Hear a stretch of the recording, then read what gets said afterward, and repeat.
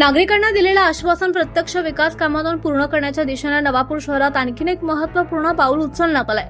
प्रभाग क्रमांक 3 मध्ये सुमारे 54 लाख रुपये खर्चाच्या कॉन्क्रीट रस्ते विकास कामाचा शुभारंभ मंगळवारी राष्ट्रवादी काँग्रेस पक्षाचे ज्येष्ठ नेते भरतभाऊ गावित यांच्या हस्ते उत्साहपूर्ण वातावरणात करण्यात आलं।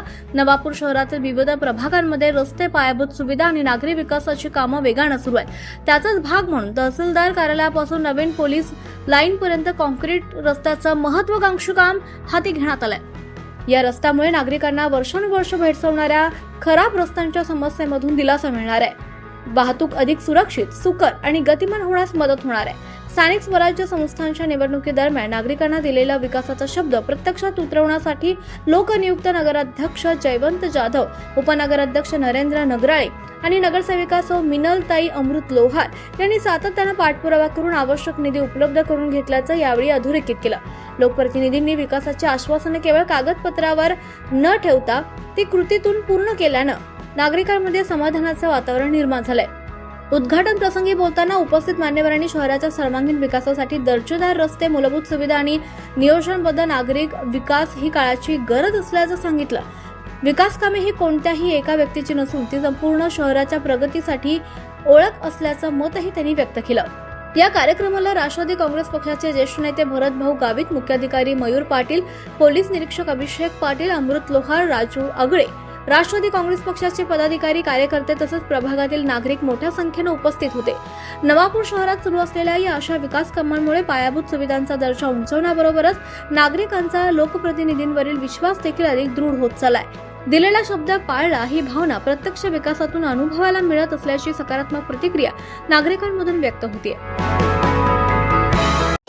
नवापूरच्या जनतेसाठी परत नगरपालिकेतर्फे एक रस्त्याचं भूमिपूजन आपण करत आहोत। नागरी उत्थान या योजनेअंतर्गत हा रस्ता जो आहे हा पोलीस स्टेशन, भूमी अभिलेख ऑफिस तर त्यांच्या वसाहतीपर्यंत आणि बाजूला पंचायत समिती असा हा रस्ता आहे।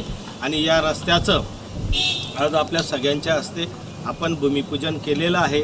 जवळजवळ 54 लाखाचा हा रस्ता आहे। आजूबाजूला पेवर ब्लॉक आहे, मध्ये सिमेंटचा रस्ता आहे आणि जे पावसाळ्यामध्ये येणारं जे पाणी होतं ते त्या ड्रेनेजद्वारे, नाल्याद्वारे ते मेन गटारीला मिळून जाईल आणि तिकडनं ती पावसाळ्यातलं पाणी तिकडे निघून जाणार आहे।